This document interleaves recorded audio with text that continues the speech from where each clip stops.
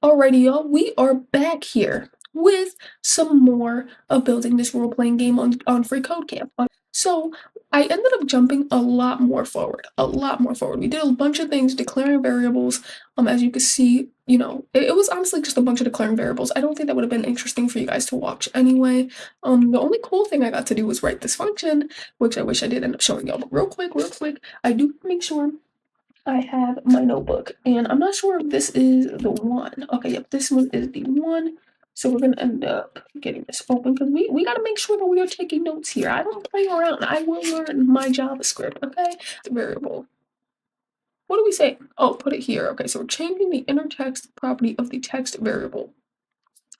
Okay, so are we saying text and then we're doing inner, um, this is probably gonna be, what the hell am I doing? Text. And then we're going to have to equal that, and it's going to say this here. Now, if that doesn't work, I screwed myself. But it says something about a variable. So okay, so first of all, what the hell just happened here?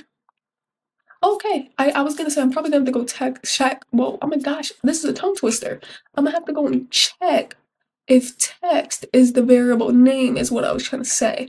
That was crazy. Oh my goodness, I was going through it. I'm just gonna end up taking that note. I'm gonna go function. And this is going to be called by health, and they want me to keep it empty, so that is just what we're going to do. And at this point, you know me, we try to make it very easy to the best of our ability because it saves more time this way, and that is the point. You don't want the content, not me typing. Go to town. Okay, that ended up going straight through. Very, very simple. I just want to write down at least one of these functions so I can keep future Marzi when she looks back at this to understand, oh, that's how you do it. Just in case. I may be far behind. Or so they simply just wanted me to move the go town function to delete it, bring it to the top, copy and paste both these things in here. I accidentally skipped that part, but that is okay. It probably wasn't really that important to begin with. Okay, so there's a lot of things that they want me to do. So in your GoTown function, change your button element's inner text properties to be go to store, go to cave, and fight the dragon. A slash, a quote, and then a slash inside of here, I believe. And double quotes. Oh, do they not do double quotes? Maybe it's because I need to add another one. That is a little bit confusing. Oh, okay, I did that off camera, but I was using some common sense. There was a period here, so I'm like, maybe I put the period outside of there, and then that did end up working, so let's go take a note on that one. Use this, and then we're giving it a location, I believe. If update is not what we're doing. Oh, okay. Perfect. I am goated. Stop playing with me. I'll do the other part. So constant locations. And assign it an empty array. So an array is when you do one of these. So, okay, perfect. Okie dokie, let's click to the next one. So there is a lot of words here. Very much intimidating. Before you can begin to build out your locations array, you will first need to learn about objects. Ooh, I've been hearing about these, and I don't even know if I'm ready to learn about them. That's okay. Let's jump right into this. I can handle anything. Objects are an important data type in JavaScript. Sorry, if you hear me whispering, it's probably because number one, I'm sick, number two, it's nighttime. Objects are an important data type in JavaScript.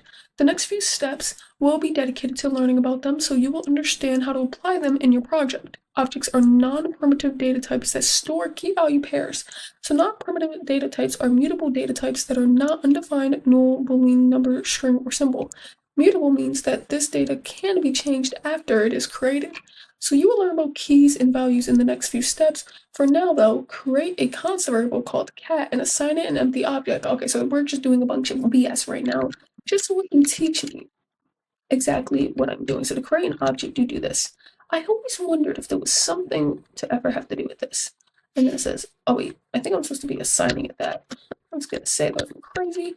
And then we're going to be doing console log dot. Well, can I please put a dot? I'm still clicking. How am I possibly clicking that? And then we're doing cat. And so I guess we're gonna see what this ends up doing here.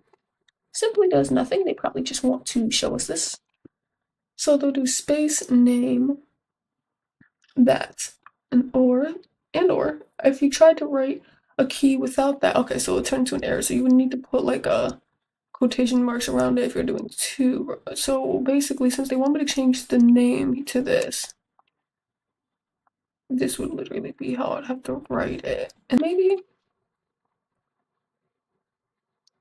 but I don't know, your cat object should have two properties. Oh, okay, that makes sense because look, there's no silly me. Silly me. Damn it. That was such an easy thing I could have figured out on my own, bro. I hate when I look stuff up and it was so easy. You know, sometimes it doesn't make me upset though because it's like, at least it was an easy thing. Like, it was just something that slipped under the radar. If it was hard to be sure about that, I won't. But alright, y'all, I'm gonna end this video right here. Hope you guys enjoyed, and I will be taking along the rest of completing this game. But trust me, I will be taking my damn time because my brain hurts, and I might not be able to run through this as smoothly as I would like to. But deuces.